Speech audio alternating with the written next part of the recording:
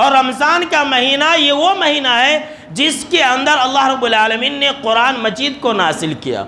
فرمایا اللہ رب العالمین نے شہر رمضان الذی انزل فیہ القرآن، سال کے 12 مہینے، لیکن ان 12 مہینوں کے اندر کسی اور مہینے کا نام نہیں آیا،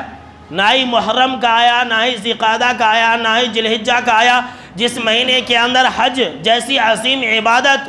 انجام دی جاتی ہے، جس مہینے کے اندر قربانی جیسی عظیم عبادت انجام دی جاتی ہے، ان مہینوں میں سے کسی مہینے کا نام قرآن مجید کے اندر مذکور نہیں ہوا۔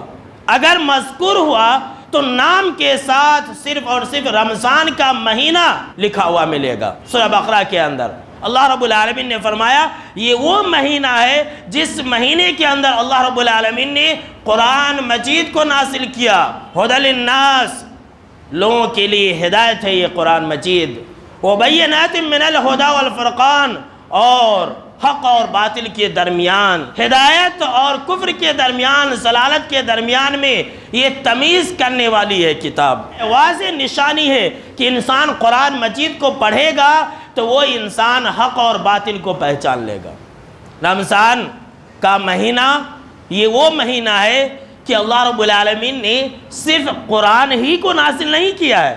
بلکہ رمضان کے اندر جتنی بھی مقدس کتابیں ہیں جن کا نام ہم اور آپ جانتے ہیں، رمضان کے مہینے ہی میں نازل کیا گیا ہے۔ جیسا کہ الحدیث الصحیحہ کے اندر ایک صحیح حدیث ہے، واصلہ رضی اللہ تعالیٰ عنہ راوی حدیث سے کہتے ہیں کہ آپ صلی اللہ تعالیٰ علیہ وسلم نے فرمایا کہ رمضان ہی کے اندر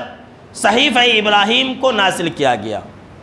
رمضان کی جب پہلی تاریخ تھی، پہلی رات تھی، تو اللہ رب العالمین نے صحیفہ ابراہیم کو نازل کیا۔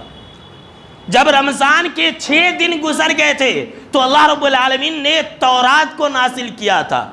جب رمضان کے 13 ایام گزر گئے تھے تو اللہ رب العالمین نے انجیل کو نازل کیا تھا، اور جب رمضان کے 18 ایام گزر گئے تھے تو اللہ رب العالمین نے زبور کو نازل کیا تھا، اور جب رمضان کے 24 ایام گزر گئے تو اللہ رب العالمین نے قرآن مجید کو نازل کیا تھا۔